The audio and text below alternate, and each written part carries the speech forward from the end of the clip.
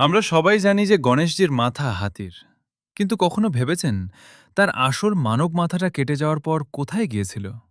সেটা কি নষ্ট হয়ে গিয়েছিল? না, সেই মাথা আজও উত্তরাখণ্ডের এক রহস্যময় গুহায় সুরক্ষিত রয়েছে, যাকে পাতাল ভুবনেশ্বর বলা হয়।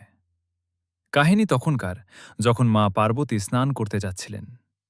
তিনি নিজের শরীরে লাগানো চন্দন ও হলুদের লেপ দিয়ে একটি পুতুল তৈরি করলেন এবং তাতে প্রাণ সঞ্চার করলেন।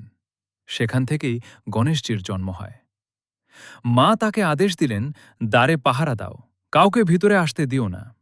ঠিক তখনই সেখানে মহাদেব এলেন, আর বালক গণেশ তাকে আটকে দিলেন।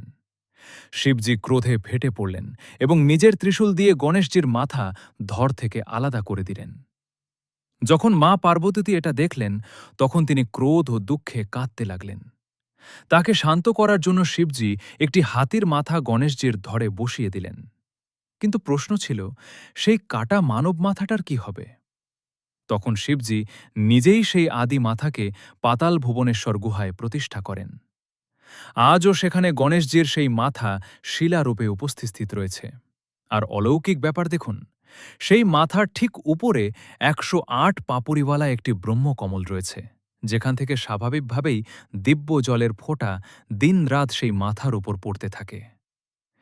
এই গুহাটি পৃথিবীর ৯০ ফুট নিচে অবস্থিত। এখানে শেষ নাগেরও একটি বিশাল পাথর রয়েছে, যিনি পৃথিবীর শক্তিকে স্থির করে নিজের উপর ধারণ করে রেখেছেন। কথিত আছে, এখানে ৩৩ কোটি দেবদেবতা এবং ৪ ধাম উপস্থিত রয়েছেন।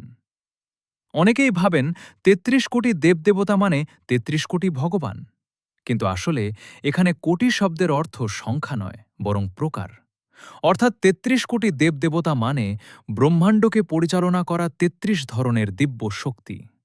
এদের মধ্যে রয়েছেন আদিত্য, ঋষি, বসু, রুদ্র এবং অশ্বিনী কুমার, যারা মিলিতভাবে সৃষ্টির ভারসাম্য বজায় রাখেন। তাই বলা হয়, যেখানে এই শক্তিগুলো একসঙ্গে উপস্থিত থাকে, সেখানে শুধু পূজা হয় না, সেখানে শক্তি জাগ্রত হয়।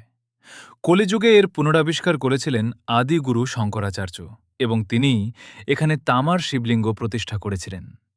মহাদেবের এই পাতাল নগরীর দর্শন যার হয়ে যায়, তার জীবন সফল হয়ে যায়। কমেন্টে লিখুন, জয় শ্রী গণেশ।